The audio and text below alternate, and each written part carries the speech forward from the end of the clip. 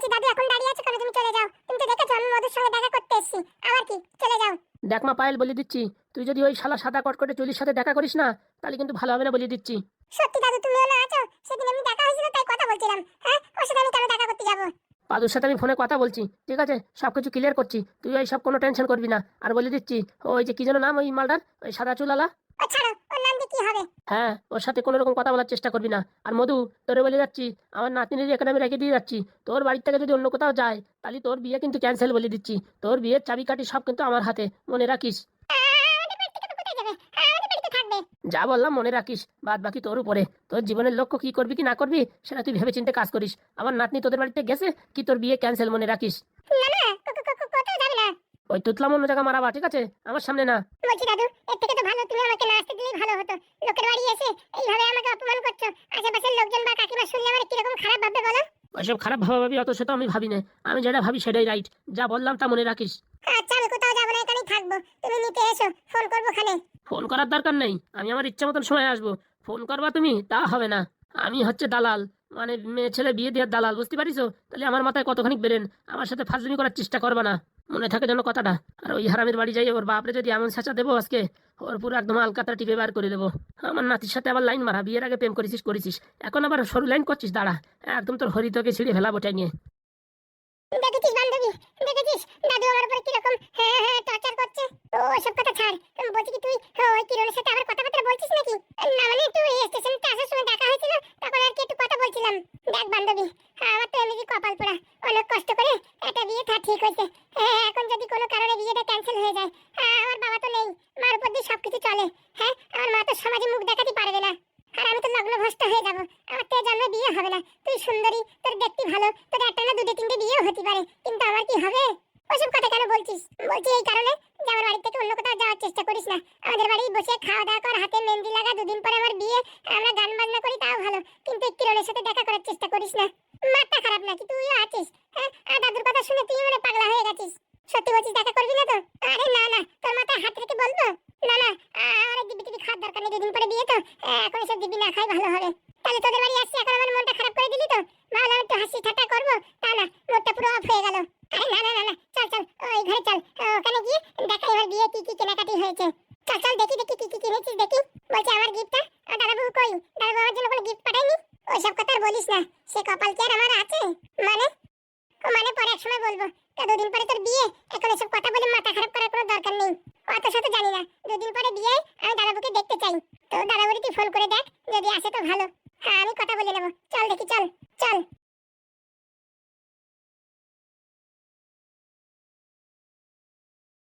বলছি কদম দা, তুমি কিছু করো। হ্যাঁ, আমার ঠাকুমাকে খুঁজে পাচ্ছি না যে। আরে বাবা, তোমার ঠাকুমা কোথাও হয়তো গেছে, তোমার আত্মীয় বাড়ি টাড়ি কেউ আছে সেখানে একটু খবর নাও তো দেখি। না না, আমাদের আত্মীয় বাড়ি কেউ নেই। আরে আপনি যে বললেন গ্রামের আশেপাশে কোথাও, সব জায়গা খুঁজে দেখেছি, কোথাও পাচ্ছি না। আরে বাবা, নারকেল বেগম ম্যাডাম তো ওই স্টেশনে সবকিছু বলে দিয়েছে, ওখান থেকে তো খোঁজাখুঁজি চলছে। ফুটোদের বাড়ি কি গিয়েছে? দেখো সামনেই ভোট, এরকম ঝপ করে তো কারোর বাড়ি যাওয়া যায় না, না বুঝতে পারিস? তাতে অনেক ইফেক্ট হবে, এর জন্যই ওই ডাইরেক্ট দারোগাবাবুই যাবে। হ্যাঁ, তো এখনো যায়নি কেন? আরে বাবা, যাবে যাবে, কোনো কিছু একটা অজুহাত না হলে পরে কি করে যায়। বলছি কি, জানি না তুমি আর নারকেল বেগম ম্যাডাম আমার উপরে কি ভেবেছো বা কি আমি ভুল করেছি। তোমরা কিন্তু আর আগের মতন আমার ভালোবাসছো না। কে বলেছে পাগলা? তোরা তো আগের মতনই ভালোবাসি, বুঝিস না? আর নারকেল বেগম ম্যাডাম তোর তো নিজের ছেলের মতন দেখে।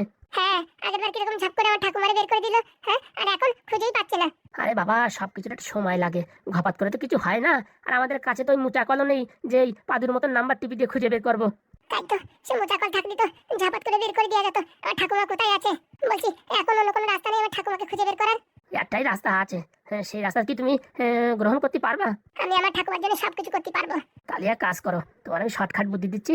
তোমার তো মনে হচ্ছে ফুটোরাই তোমার ঠাকুমাকে সরিয়েছে, তাই তো? তা ফুটোদের বাড়ি যাইয়ে ফুটো হাগুর হাত পাও ধরে কান্দে কাটে নেটাই দাও। তোরা যদি একটু মায়া দয়া করে তোমার ঠাকুমা কোথায় আছে যদি বলে দেয়, তাহলে খুব ভালো হবে। কিন্তু ওরা কি বলবে? ওদের সাথে তো আমি অনেক অন্যায় অত্যাচার করেছি। ওদের বাড়ি গেলি কেন আমার বেলনের বাড়ি দিল? এই যে একটু আগে যে বললে তুমি তোমার ঠাকুমার জন্য সবকিছু করতে পারো, তাহলে একটু বেলনের বাড়ি নয় খাবা। আর তুমি তো অভিনয় তো ভালোই করতে পারো, একটু নাড়াই চাড়াই দেবা। আর ওদের মনগুলো সরল তো, কেন ঝপাত করে বলে দিলেও দিতে পারে। মনে হয় না বলবে, কারণ কি ওদের আমার উপর প্রচুর রাগ। আর একবার চেষ্টা করেই দেখো না। বলছি কি, তুমি ম্যাডামকে একবার বলো না, আমার কথা কিরকম একটা গ্রাহ্য করছে না। এই ধুস, কি যে বলো তুমি, গ্রাহ্য করছে না মানে? দুদিন পরে আমাদের ম্যাডাম এমএলএ হবে, বুঝতে পেরেছো?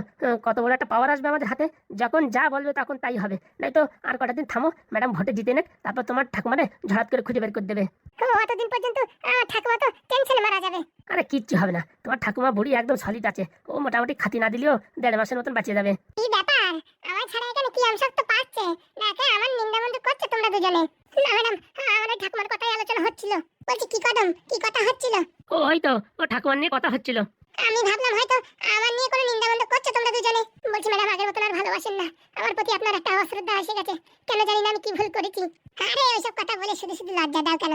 হ্যাঁ, তোমার উপরে আমার ভালোবাসা, কেটা ভরা ভালোবাসা। হ্যাঁ, এসব কি কথা বলছো?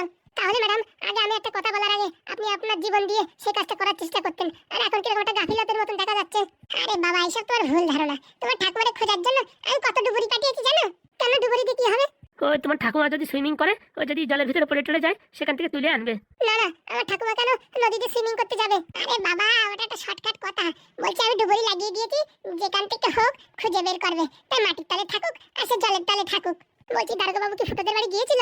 যাবে যাবে, আজকে যাবে। দারোগা বাবুর বিশাল বড় একটা কাজ এসে গেছিল, তার জন্য যেতে পারিনি। আজকে যাবে, একটু আগে আমার সাথে কথা হয়েছে। বলছি ম্যাডাম, আমি যদি কোনো ভুল ত্রুটি করে থাকি আমায় সাজা দেন, কিন্তু এইভাবে আমার পরে অবহেলা করবেন না ম্যাডাম, আমি সহ্য করতে পারছি না। আরে কটকটি, তুমি কি যে বলো? তুমি আমার এত ভাবে উপকার করেছো, এত অনেক ভুলি আর তোমার উপরে অভিমান করি, এ কোনোদিন হতেই পারে না। বিশেষ নালে কদমের কাছে শোনো। হ্যাঁ হ্যাঁ কটকটি, ম্যাডাম আপনার পরে একদম অধীর বিশ্বাস। ব্যঙ্গ করে বলছেন না তো?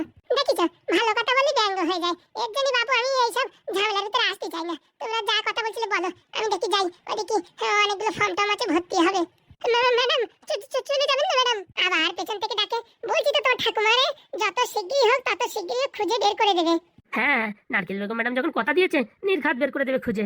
ম্যাডাম, একটুখানি খুঁজে বের করে দিন, তারপর আপনি যা বলবেন আপনার জন্য আমি জীবন দিতে রাজি। আরে বাবা, হ্যাঁ হ্যাঁ, তোমার ঠাকুমা চলে আসবে, একটু অপেক্ষা করো, চলে আসবে। সত্যি ম্যাডাম আসবে তো? আসবে গো আসবে, ভরসা রাখো। ভরসা আছে তো আমার উপরে নাকি? হ্যাঁ হ্যাঁ ম্যাডাম, আপনার উপরে ভরসা না করলে কার উপরে করবো? তাহলে চুপচাপ ওই রান্নাঘরে যাও, বিরিয়ানি রান্না হয়েছে, খাওয়া দাওয়া করে আরাম করো। ঠ্যাংয়ের উপর ঠ্যাং দিয়ে একটু ঘুমায়, একটু টিভি দেখো। তোমার ঠাকুমা আসলো বলে। বলছি আমার ঠাকুমা এখন কোথায় আছে সেটা কি জানতে পেরেছেন? আরে বাবা, সেটা যদি এখন জানতে পারতাম তা এতক্ষণ তোমার সাথে কথা না বলে গাড়িতে করে চ্যাংদোলা করে নিয়ে আসতাম না তোমার ঠাকুমারে। ও, এখনো জানা যায়নি? জানা যায়নি, কিন্তু খুবই শীঘ্রই জানা যাবে, এরকম টেনশন করো না। কদম, খাওয়া দাওয়া করে নাও। আচ্ছা ম্যাডাম। দেখি ভোটের দিন কি শাড়ি পরতে হবে, সিলেকশন গুলো করে ফেলি। বলছি কি, কদমদা, তোমার কথা মতন ফুটোদের বাড়ি যাবো নাকি? এক ভুলি যাই দেখতেই পারো, তাতে তো কোনো ক্ষতি নেই। ভারী জোর 2-4টে লাঠি গুঁতো দেবে, তাতে তো বেশি কিছু না না। হ্যাঁ ঠিক বলেছো। ওদের বাড়ি গিয়ে একবার দেখি, ওদের কথাবার্তা শুনলে বোঝা যাবে যে ওরাই আমার ঠাকুমাকে সরিয়েছে নাকি অন্য কেউ। হ্যাঁ, যাও, সবকিছু ক্লিয়ার হয়ে যাবে। আচ্ছা যাচ্ছি, তাহলে এক্ষুনি যাচ্ছি। দেখো, রাগের মাথায় আবার উল্টো পাল্টা কিছু বলে ফেলো না, তাহলে হিতের থেকে বিপরীত হয়ে যাবে। না না, কিচ্ছু বলবো না, ভালোভাবে জিজ্ঞেস করবো। যাও যাও, এখন ফুটোদের পাওদের ক্ষমা চাও, আমি বাপু এসব ঝামেলার ভিতরে নাই। যা হয় ভালোর জন্যই হয়। নারকেল বেগম ম্যাডাম এখন সব কিছু আমার পরে ছেড়ে দিচ্ছে, আমার পরই ভরসা বেশি করছে। এই কটকটির উপর ভরসা কমে গেছে, আর এটাই হওয়া উচিত। নালে আমার এখানে কোনো মূল্যই থাকতো না, কদিন পরে আমার চাকরিটাই চলে যেত। কদম, এই যে ম্যাম, আসি ম্যাম, আসি। তাড়াতাড়ি আসো তো, দেখো এখানে দেখো কি হয়েছে। হ্যাঁ, আসি ম্যাম, আসি। সত্যি বলছি দারোগাবাবু, আমি কিচ্ছু করিনি। ওরা সব অভিনয় করে আমাকে বাড়ি থেকে জেলে আনার ব্যবস্থা করেছে।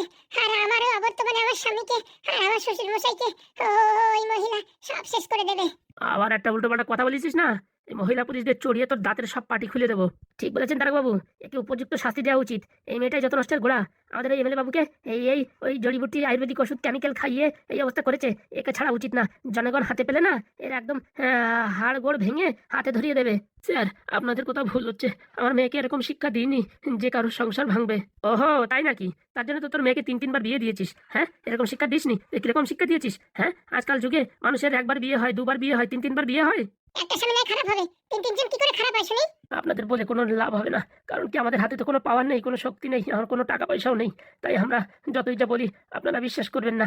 আমাদের হাতে যদি পাওয়ার থাকতো, তাহলে আজকে আপনারা আমাদের সঙ্গে দাঁড়িয়ে থাকতেন। কি বলতে চাইছিস বুড়ো হারামি? হ্যাঁ, যে আমরা ঘুষ করে আমরা টাকা নিই, তাই সেসব কথা বলতে চাইছিস? বলছি দারোগাবু, আমার কিন্তু এই কথাটা শুনে কিন্তু একদম পরাণ কান্দে উঠিছে। আমি চাই ওই বুড়োরে কঠোর শাস্তি দেওয়া হোক, ওরে কালকুটির ঘরে ভর্তি করে দেওয়া হোক। সেরকমই ব্যবস্থা নেওয়ার দরকার। এমন অন্ধকার গুহায় ঢেলে দেবো না, সারা জীবন সূর্যের মুখ দেখতে পারবে না। তখন বুঝবে হ্যাঁ, যে আমাদের উপরে কথা বলার কত ধানে কত চাল। এমনি তো কম শাস্তি দিচ্ছেন না, ওটা আর বাকি রেখেছেন কেন? ওটাও আমার উপরে করে দিন। দেখেছেন দেখেছেন মুখের উপর কিরকম মুখ তুলে কথা বলছে? দারোগাবাবু, যা শাস্তি দেন আমায় দিন, আমার সাজা আমার বাবাকে দেবেন না।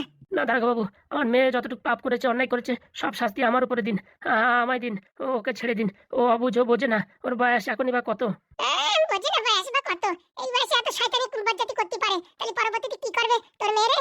এরকম আমরা ছেড়ে দিয়ে বিপদে পড়ি, তাই না? হ্যাঁ, তিনটে ঘর ভাঙিছে, এখন একবারই মানে এমএলএর মানে প্যারালাইসিস খারাই দিয়েছে, তার ছেলেরে বেহুশ করে ফেলিছে। আর এরকম মেরে আমরা সমাজের বুকে খোলা ছেড়ে দিই আর সবাই চিটে ওঠার ব্যবস্থা করি, তাই না? এই মেয়ের যা ভাবতে হলে যদি কায়দা পায় আমাদেরও ছাড়বে না। স্যার এসব ভুল কথা। আমার মেয়ে অত্যন্ত সহজ সরল হয়েছে। এত নাটকের কথা মারাবি না, ঠিক আছে? দুই বাপ বেটেরই এক জায়গায় ভর্তি করে দাও তো। বলছি স্যার, এক জায়গায় রাখলে পারে না, অনেক শয়তানি কুবুদ্ধি অনেক রকম প্ল্যানিং করবে। এর থেকে দুজনে আলাদা আলাদা ছেলে রাখলে কেমন হয়? ওই বুড়োটারে কালকুটিতে রাখেন স্যার। ওই করো, ওই বুড়োটারে কালকুটিতে রাখো, আর এই মালটারে ওই যেখানে মশা আছে না বেশি, সেখানে দাও। এরকম করবেন না স্যার। আমার সাথে যা পারার করুন, আমার মেয়েকে একটু সুস্থভাবে থাকতে দিন। তোমার মেয়ে তো না একটা সাতচন্নি কাল লাগিনি ডাইনি, বুঝতে পেরেছো? ওই মেয়ের অত গুণগান গেও না, ওর মেয়ের কত গুণ সে আমরা জানি, বুঝতে পেরেছো? আপনাদের কোথাও ভুল হচ্ছে ম্যাডাম, কোথাও না কোথাও ভুল হচ্ছে। শোন বুড়ো, আমাদের কোথাও ভুল হচ্ছে না, ভুল হচ্ছে তোর। তোর মনে হচ্ছে তোর মেয়ে সতী সাবিত্রী, আর হবেই না বা কেন? হ্যাঁ, মেয়েতে যতই দোষ করুক, বাপ মায়ের কি লাগে যে মেয়ে অন্যায় করেছে? হ্যাঁ, তো তোর কি করে লাগবে? তুই যদি আমাদের চোখ দিয়ে দেখতিস তখন বুঝতে পারতিস তোর মেয়ে কত বড় অপরাধী। হ্যাঁ স্যার, হ্যাঁ ম্যাডাম, আমি অপরাধী, আমায় কঠিন শাস্তি দিন, আমার বাবাকে ছেড়ে দিন। হ্যাঁ, তোর বাবাকে ছেড়ে দিয়ে আমরা এখানে বেলালের মতন বসে টাচ খেলি, তাই তো? প্লিজ স্যার, কথাগুলো এইভাবে নেবেন না। কথা কিভাবে নিতে হয় কি না নিতে হয় সেটা আমরা বুঝবো, তোর কাছ থেকে না। ভালোভাবে জেলের ভিতরে পুর, নয়তো কিন্তু কেনর গুঁতো দিয়ে ঢুকাই দেবো, তখন বলে দিচ্ছি। মা, এদের সাথে কথা বলে কোনো লাভ নেই। আমাদের কাছে পয়সা নেই আর পাওয়ারও নেই, তাই কথা বলেও লাভ নেই। দেখেছেন স্যার, ওই বুড়োটা আবার ওই কথা বললো, আমার কিন্তু গা জ্বলে যাচ্ছে। 3 দিন পর্যন্ত ওই বুড়োরে জল পানি কিচ্ছু দেবা না, আর খাবারও কিচ্ছু দেবা না, কালকুটিতে বন্দি করো। হ্যাঁ, বলছি কি, আমি এই বুড়ো শয়তানের গায়ে হাত দেবো না। ওই ঘনশ্যাম বাবুকে ডেকে ওই মালটাকে কালকুটিতে বন্দি করেন। যাও তো, ঘনশ্যামকে ডেকে পাঠাও তো। ওই স্যার, গরম সমস্যার চাটনি আনতে গেছে, একটু সময় লাগবে। তাহলে ঠিক আছে। এই হ্যাঁ, যদি এই এখান দাঁড়িয়ে আছিস কেন? চল। চলেন চলেন, ওদিকে চলেন।